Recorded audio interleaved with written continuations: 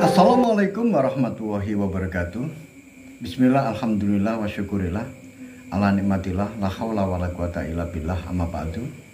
Pemirsa, ketemu kembali dengan Gelamang Putro. Salam budaya warisan Nusantara. Pemirsa, saya akan melanjutkan keterangan-keterangan saya tentang Sandikolo, Bumi Mojopahit. Pemirsa, di kesempatan yang lalu dijelaskan bahwa Raden Bre Kertabumi bersama dengan Sabdopalon, Noyo Genggong, Gajah Poro, dan Raden Haryo Bangah melanjutkan perjalanan. Walaupun hari sudah semakin malam, tetapi tidak ada kata untuk menyerah karena keinginan begitu kuat dari Bre Kertabumi untuk melanjutkan perjalanan. Oleh sebab itu, Haryo Bangah menawarkan, "Wahai Pikulon, kita akan berjalan lurus ke depan ataukah kita belok kiri atau belok kanan?" "Kita lurus saja," kata Bre Kertabumi. "Tapi Pikulon, kalau kita berjalan lurus, maka jalannya semakin terjal. Tidak masalah, kita berjalan pelan-pelan saja." Pemirsa dimanapun Anda berada, begitulah jawaban dari Bre Kertabumi. Masih terus bersemangat.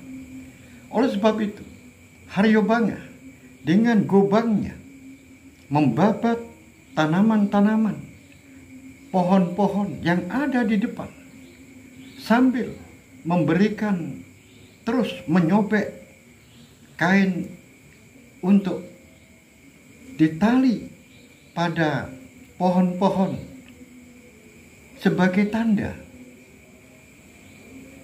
bahwa tempat itu pernah dilalui, sehingga nanti mempermudah ketika turun atau kembali dari atas menuju ke bawah. Pemirsa dimanapun Anda berada, terus berjalan sehingga Haryo Bangah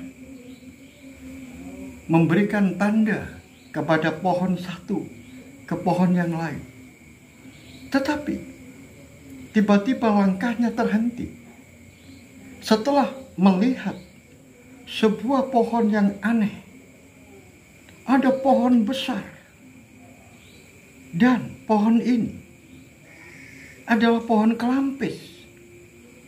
Tetapi mengapa pohon kelampis yang biasanya coklat cerah,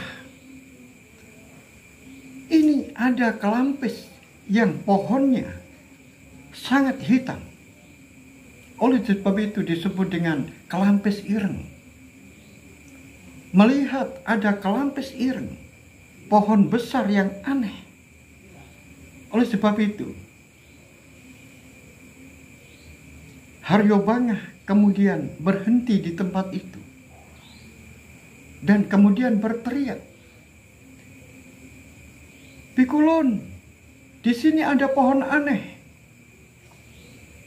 Akhirnya yang lain mempercepat langkahnya untuk menuju di mana Haryo Bangah berteriak.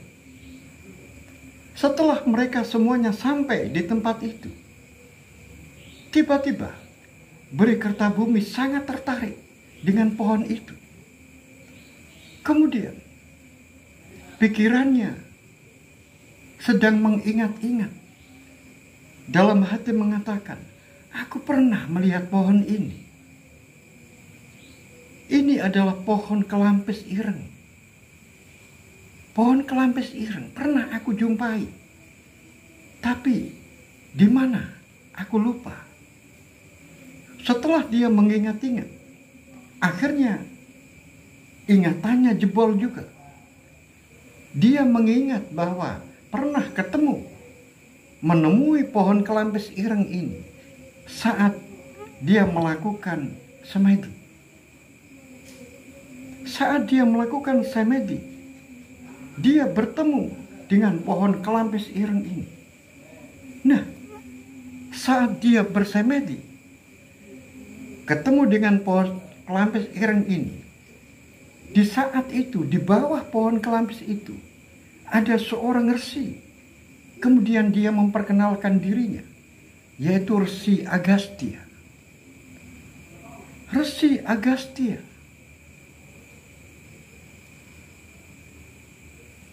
tetapi resi ini menjelma dalam sosok yang lain, yaitu Bathara Hyang Pasupati. Jadi dia adalah yang bertapa di bawah kelampis ireng itu adalah Bathara Hyang Pasupati. Tetapi itu merupakan penjelmaan dari Resi Agastya. Saat itu dia ingat Resi Agastya dihadap oleh 7 orang putranya. Oleh sebab itu, karena sudah ingat dia ketemu dengan pohon kelampis itu di dalam semedinya, langsung dia mendekat dengan pohon kelampis itu dan kemudian memberikan sembah kepada pohon besar yang disebut dengan kelampis ireng itu. Melihat perlakuan dari Bre Kertabumi yang aneh, mengapa pohon diberikan penghormatan, diberikan sesembahan. Akhirnya Haryobanga dan Gajah Poro ikut di belakangnya memberikan penghormatan kepada pohon kelampis ireng itu. Kemudian Sabdapalo dan Noyo Ganggong tiba-tiba juga ikut duduk di samping kanan dan kiri dari Bre Kertabumi, juga memberikan penghormatan pada pohon kelampis itu.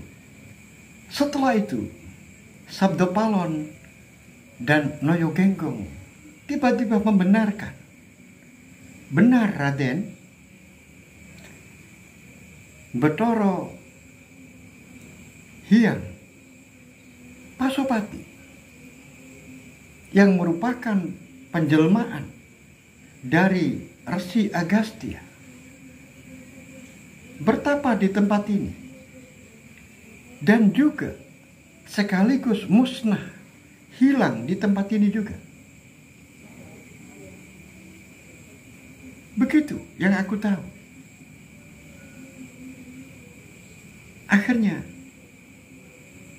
Bre Kertabumi kemudian mengatakan kepada Sabdapalo dan Noyo Ganggong,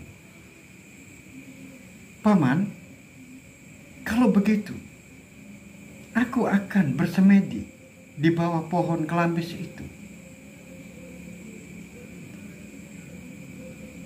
Saya kira bagus juga kalau Raden bersemedi di bawah pohon kelampis itu. Silakan. Kemudian mata dari Bre Kertabumi tiba-tiba mengamati daerah di sekitar pohon kelampis itu. Ternyata ada sebuah tempat yang aneh di bawah pohon kelampis itu. Tepat di depan pohon kelampis itu ada sebuah lingkaran. Yang mana lingkaran itu aneh karena tidak ditumbuhi oleh apa-apa. Sehingga daerah yang melingkar itu rumput pun tidak ada. Apalagi pohon-pohon perdu atau pohon besar. Sedangkan di kanan dan kirinya dari batas lingkaran itu ditumbuhi oleh rumput dan ditumbuhi oleh pohon-pohon perdu. Tetapi mengapa di bawah pohon kelampis itu hanya sebuah tempat yang tidak terlalu luas, dan membentuk sebuah lingkaran.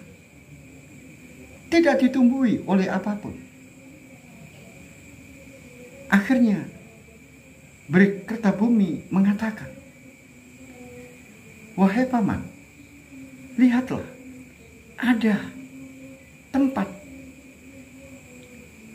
tepat di depan pohon kelampis itu. Ada sebuah batas seakan-akan yang membentuk lingkaran. Di mana tempat itu? Lihatlah, tidak ditumbuhi oleh apapun." Apa itu maksudnya? Raden Betara Hyang Pasupati yang merupakan penjelmaan dari Resi Agastya, dahulunya beliaunya bertapa tepat di lingkaran itu. Oleh sebab itu, kalau Raden mau bertapa atau bersemedi, tempatilah lingkaran itu. Tentu Betara Hyang Pasupati yang merupakan penjelmaan dari Resi Agastya akan memberikan petunjuk kepada Pikulu. Baiklah, kalau begitu saya akan melakukan semedi di tempat itu. Pemirsa dimanapun Anda berada. Setelah itu dipanggillah Poro dan kamu, Bangah, aku akan bertapa. Oleh sebab itu, jangan pernah kamu menyuguhkan aku makanan ataupun minuman selagi aku tidak memintanya. Baiklah, baiklah Pikulun, aku akan memperhatikan. Pemirsa dimanapun Anda berada. Kemudian berdirilah Berkertabumi mempersiapkan dirinya, jiwa dan raganya untuk menuju ke tempat sebuah batas lingkaran tepat di depan kelampis ireng. Dan setelah itu segera dia duduk bersila dan mengambil posisi, yaitu tangannya diletakkan di atas lutut sambil jari-jarinya, yaitu jari yang tengah, kemudian disatukan dengan jempolnya, kedua-duanya, sehingga membentuk sebuah lingkaran, kemudian diletakkan di atas lututnya sambil memejamkan mata. Pemirsa dimanapun Anda berada, patrap duduk yang seperti itu disebut dengan Padmasana. Akhirnya Berkertabumi dengan posisi Padmasana, yaitu melakukan semedi dengan patrap Padmasana, hanyut di dalam persemediannya. Sedangkan yang lain melakukan aktivitas. Gajaporo dan Haryobangah kemudian berpamitan kepada Sabdopalon dan Noyogenggong untuk pergi berburu. Sedangkan Sabdopalon dan Noyogenggong menunggui Berkertabumi yang sedang melakukan pertapaan. Pemirsa dimanapun Anda berada, saat matahari tepat di atas kepala, ternyata posisi duduknya Berkertabumi sudah berubah.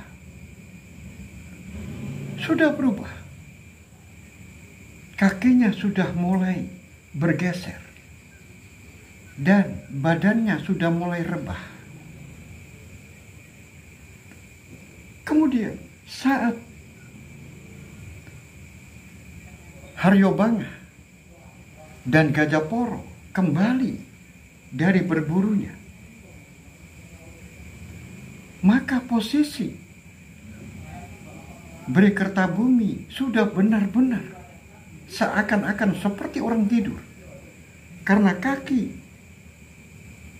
membujur dan kepalanya juga sudah menyentuh tanah, sedangkan tangannya juga sudah menyentuh tanah. Tetapi mengapa posisi antara jari tengah dengan jempolnya masih terus lengket, tidak berubah? Nah, setelah itu, setelah Haryobanga serta Gajaporo kembali sambil membawa kijang, kemudian mulailah kijang itu diboleng. Setelah itu, yang lain, yaitu Gajaporo, mencari ranting-ranting dan juga mencari dahan-dahan yang bisa dipakai untuk membuat aup-aupan sementara, semacam gubuk, sehingga bisa dipakai sebagai tempat untuk bernaung, agar apabila terjadi hujan atau panas yang begitu terik, maka bisa berlindung di tempat aup-aupan itu. Pemirsa dimanapun Anda berada, sekarang hari sudah sandikolo, hari sudah mulai berubah, matahari sudah benar-benar tenggelam, malam pun sudah mulai datang.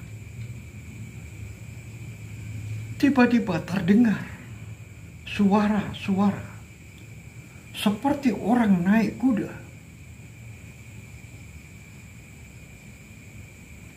Seperti pasukan bergemuruh, sehingga Gajaporo dan Haryobanga tidak percaya. Masa ada pasukan yang datang dengan membawa pasukan berkuda dengan gemuruhnya, sedangkan berada di sebuah lereng Gunung Semeru yang tidak mungkin bisa dilalui kuda dengan begitu cepat. Kuda dengan berjalan kaki saja mungkin susah untuk bisa berjalan, apalagi ini terdengar seperti kuda-kuda yang demikian banyaknya berpacu. Akhirnya Gajaporo dan Haryobanga terus mendengarkan itu, suara-suara itu, karena suara itu benar-benar aneh. Secara tidak sengaja dia kemudian mendongak ke atas. Dilihatnya gerhana bulan sedang terjadi, dan gerhana bulan ini sudah tinggal sedikit, sehingga bulan ini membentuk sebuah seperti arit atau sabit. Sudah hampir habis, tapi mengapa di tengah-tengah gelap dari bulan yang tertutup itu, tapi ada bintang satu yang bersinar? Ini menjadi sebuah keanehan. Itu tidak mungkin. Itu tidak mungkin. Tiba-tiba Sabdopalon mendekat. Ada apa, Raden? Bopo, lihatlah. Paman, lihatlah ke atas. Sedang terjadi gerhana bulan. Tapi aneh, mengapa di tengah gelap ada bintang yang cemerlang? Oh, itulah yang disebut dengan Condro Kartiko, Raden. Condro Kartiko. Apa itu maksudnya, Paman? Condro Kartiko. Dan apa? Pertanda apa juga terjadinya Condro Kartiko itu? Ingat, Raden, itulah tanda-tanda. Itu juga menggambarkan tentang Mojopahit. Maksudnya bagaimana, Paman? Maksudnya adalah seperti gerhana itu. Mojopahit akan tergerus. Semakin habis. Dan ini nanti akan terjadi benar-benar habis. Itu menunjukkan bahwa Mojopahit benar-benar akan sirna dari cahayanya.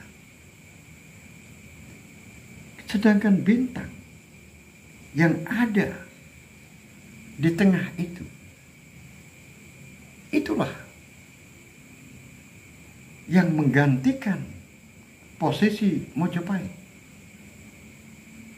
Dialah yang menggusur kecemerlangan dari Mojopahit. Dialah yang menggusur cahaya kerajaan Mojopahit yang selama ini sudah moncer.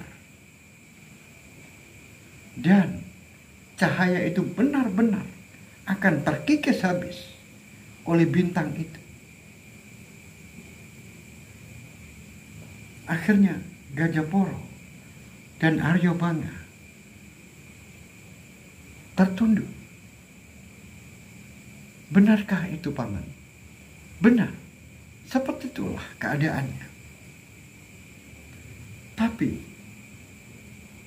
kamu adalah kesatria. Kesatria Mojopahit. Janganlah kamu hilang semangat, ngelokro. Kamu harus tetap bersemangat. Apa semangatmu? Semangatmu adalah tetap mengikuti apa yang telah diusahakan oleh Resi Agastya. Terus mengikuti Dharma. Karena itu, kamu tidak boleh bertindak, bersikap, putus asa, atau hilang harapan. Teruslah berjuang tegar untuk menegakkan Dharma. Karena ini adalah merupakan sebuah karma yang tidak bisa dielakkan. Dan ini merupakan balasan dari keangkuhan, kesombongan Mojopahit yang selama ini dilakukan oleh orang-orang atas angin dan juga orang-orang di luar Jawa sana. Gajaporo dan Aryabanga hanya bisa menunduk. Bangkitlah, kesatria. Jangan kamu bersikap seperti itu. Jika kamu terus berjalan menurut petunjuk dan mengikuti arahan dari Resi Agastya, maka di saat Mojopahit mengalami kehancuran, maka kamu akan tetap tegar berdiri. Dan jangan lupa, ikutilah terus junjunganmu, yaitu Bhre Kertapuro. Baiklah, Paman, saya akan mengingat-ingat apa yang menjadi pesan Paman. Pemirsa dimanapun Anda berada, sekarang kita ikuti Berikertabumi yang sudah benar-benar tenggelam di dalam pertapaannya.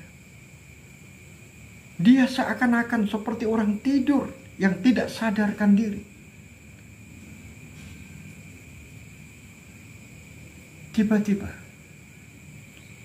di dalam persemediannya, Berikertabumi juga mendengarkan suara bergemuruh yang luar biasa. Suara gemuruh itu seperti suara pasukan berkuda yang jumlahnya sudah sangat banyak. Kemudian di dalam pertapaannya, dia bertemu dengan kobaran api yang begitu besar. Dan api itu dibawa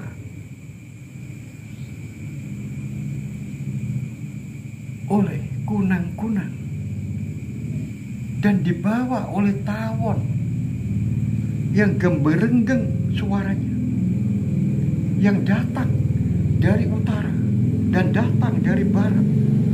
Kemudian tawon-tawon itu membawa bara api, kemudian menjatuhkan bara-bara api itu tepat di sebuah bangunan. Dan dilihatnya bahwa bangunan itu adalah istana Mojopahit. Sehingga bara-bara api itu yang dijatuhkan oleh tawon yang jumlahnya ribuan itu membakar total istana Mojopahit. Dan Berikertabumi juga melihat bagaimana tingkah pola orang-orang yang kejatuhan bara-bara api yang dijatuhkan oleh tawon-tawon itu, yang kemudian membakar semuanya. Maka para Nayoko Projo, orang-orang yang ada di dalam istana itu, mereka terbakar. Ada yang lari dengan api yang membakar tubuhnya. Ada yang sudah benar-benar tidak berdaya. Dan juga ada dari orang-orang penguasa-penguasa, para pegawai-pegawai yang ada di istana, yang lari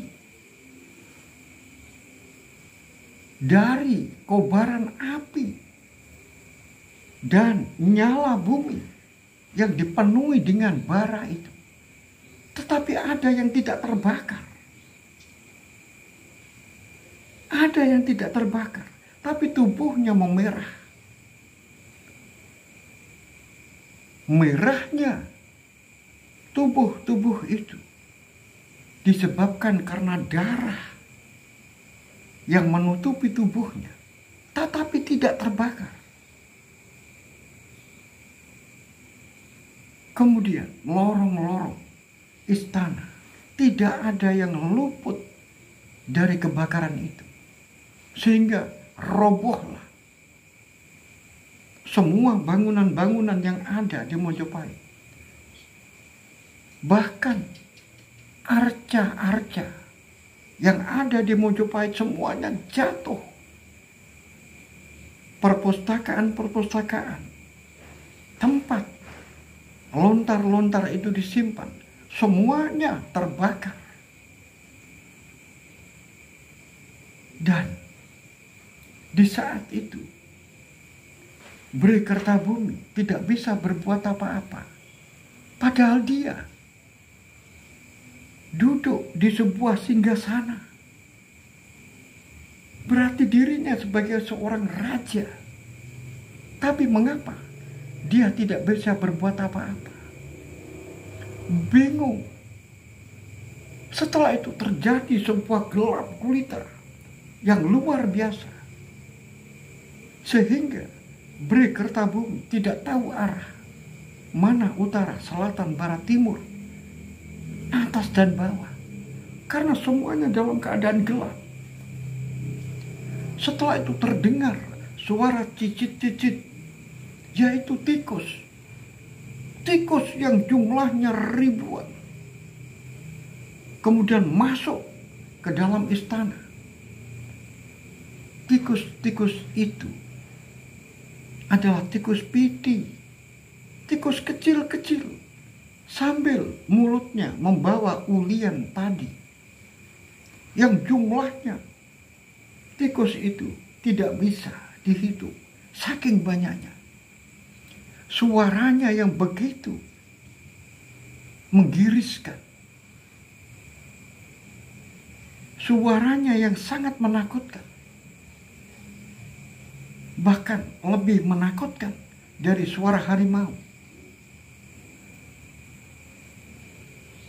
Belum lagi tikus-tikus itu keluar dari istana, yang lari ke utara dan lari ke barat. Maka terdengar suara yang menggelegar, yang menjadikan istana Mojopahit ini seakan-akan meledak dan hancur berantakan, hancur luluh, tidak tersisa sedikit pun, benar-benar rata. Setelah itu terjadi kegelapan yang kedua kalinya, benar-benar gelap. Tetapi setelah itu ada sinar.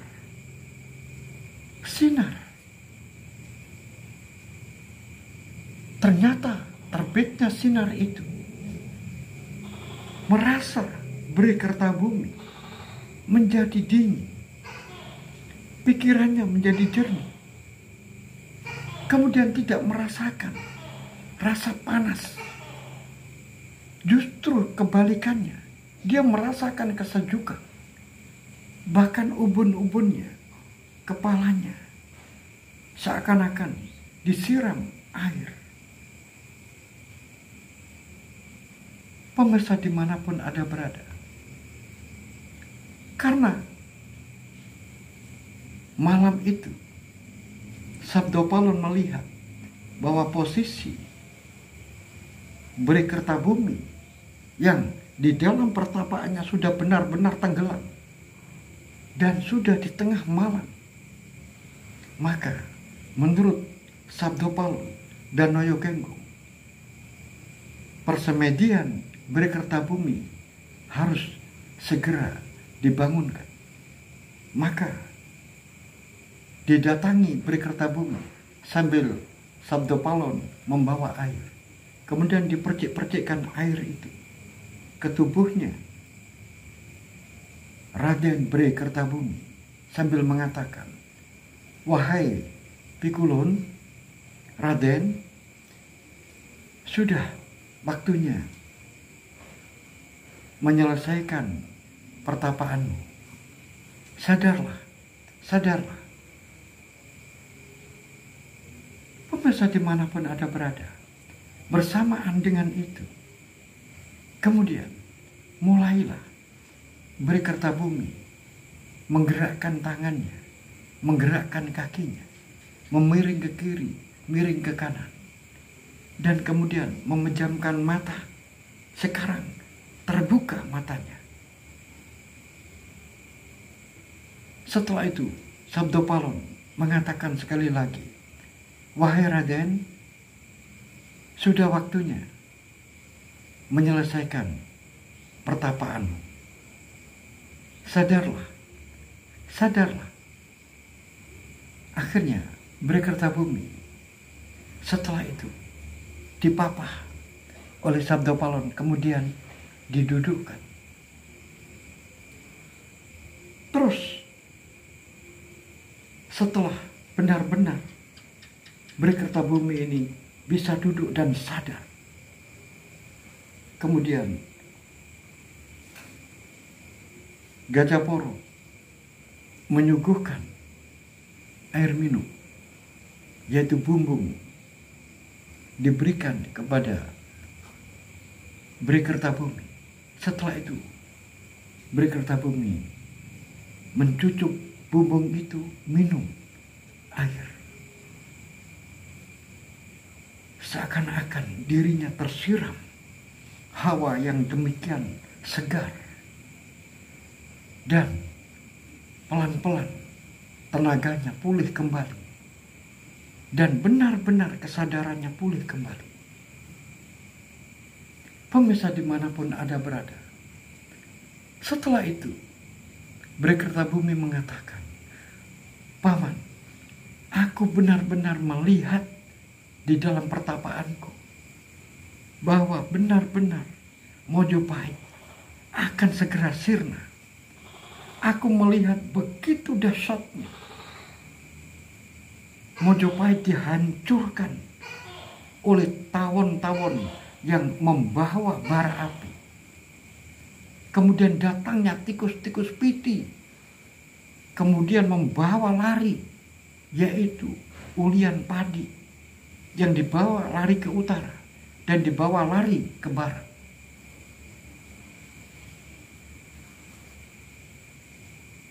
Sabdo Palon hanya manggut-manggut saja, belum memberikan komentar apapun. Setelah itu, Sabdo Palon mengatakan, Raden, iya, kamu sudah melihat di dalam persemedianmu, kamu diberikan petunjuk yang begitu jelas di dalam persemedianmu. Dan aku sudah mengatakan bahwa Mojopahit benar-benar akan hancur. Benar, benar Paman, aku melihat di dalam persemedianku. Dan kehancuran itu benar-benar luar biasa, parah, rata menjadi tanah.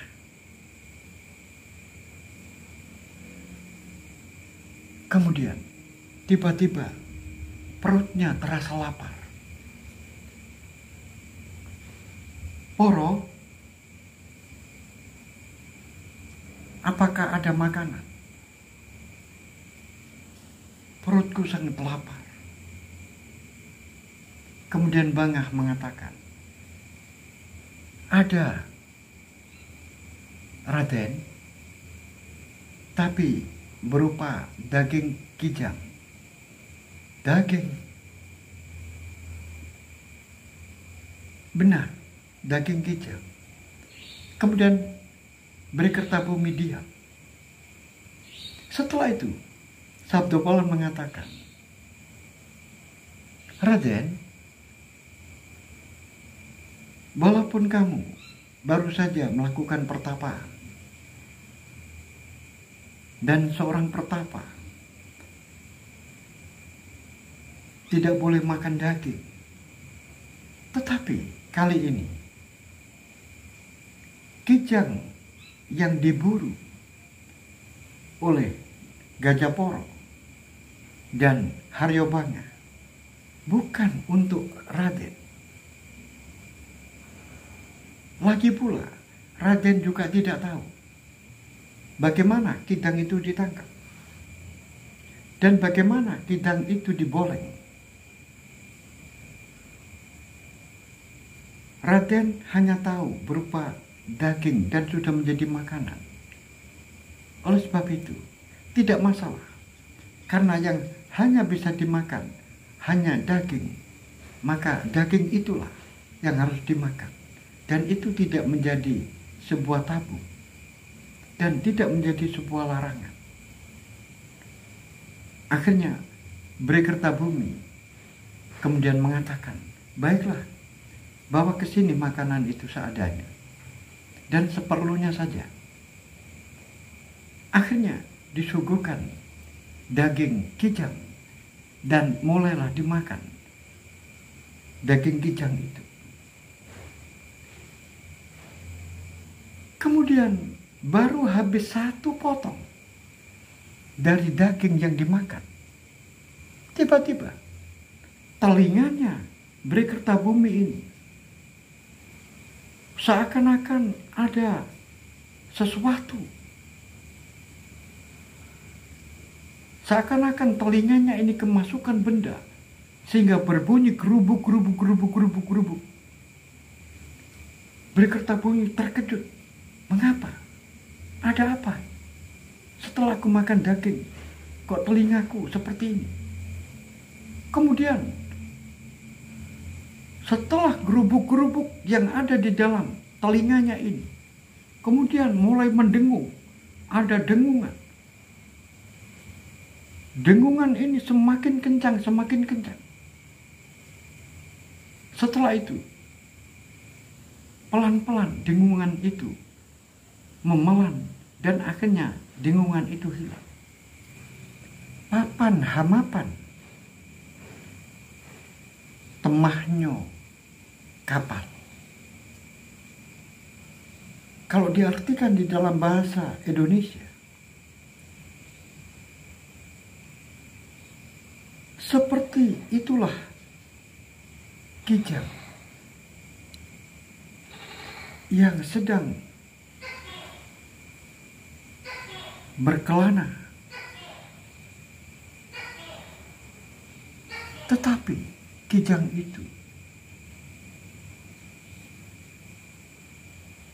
terjerat dalam sebuah halangan besar, dan setelah itu dia terbelah menjadi 2. Betapa terkejutnya Berikertabumi. Setelah itu dia menghentikan makan daging itu dan langsung mengatakan kepada Sabdopalon dan Noyogenggong, "Paman, mengapa aku mendengar sesuatu yang aneh? Kadigidang amapan, kapapan temahnya papal. Apa itu maknanya?"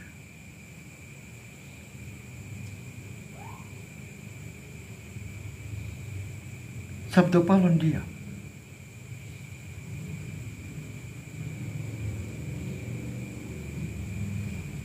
Kemudian mengatakan, "Aku sendiri juga tidak mengerti, Raden. Apa itu maknanya? Tetapi di dalam hatiku mengatakan bahwa ini merupakan sebuah gambaran yang diberikan kepada Raden tentang Jawa dan Nusantara. Lihatlah kijang. Lihatlah kijang. Kijang itu adalah binatang yang sangat lincah. Tapi kijang juga mempunyai tanduk yang bercabang-cabang. Kijang itu tidak bisa bersembunyi di tempat yang sangat lebat hutannya karena terhalang oleh tanduknya. Itu adalah gambarannya.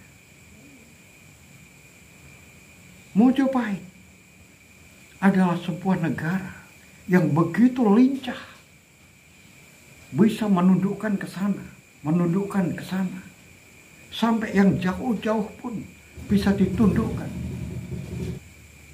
Tetapi bagaimana nasibnya? Mojopahit akhirnya mengalami nasib yang malang di dalam kelincahannya itu. Dan Mojopahit tidak bisa bersembunyi. Walaupun dilingkupi oleh ribuan tentara-tentara yang siap membentengi Mojopahit. Ternyata Mojopahit masih tetap terhalang oleh tanduk-tanduknya. Begitulah kira-kira, Raden, apa yang ada di dalam pikiranku tentang apa wisik yang diberikan Raden setelah makan daging itu. Oh, jadi begitu ya, Bapak. Pemirsa dimanapun Anda berada, hatinya Bhre Kertabumi sangat sedih. Sangat sedih. Dan kemudian Sabdopalon mengatakan, wahai Raden, kita ini adalah titah sawantah. Kita ini hanya titah sawantah. Kalau memang dikehendaki oleh titah, maka kita tidak bisa berbuat apapun. Karena dialah yang maha kuasa. Akhirnya Bhre Kertabumi tertunduk. Pemirsa dimanapun Anda berada, bagaimanakah kelanjutan dari kisah ini? Apakah setelah Bhre Kertabumi bertapa di Kelampis Ireng, apakah perjalanan di lereng Semeru itu akan berakhir? Oleh sebab itu, ikuti terus cerita ini sampai selesai. Sampai di sini akhirul kalam. Billahi taufiq wal hidayah wal inayah. Assalamualaikum warahmatullahi wabarakatuh. Salam budaya warisan Ustaz.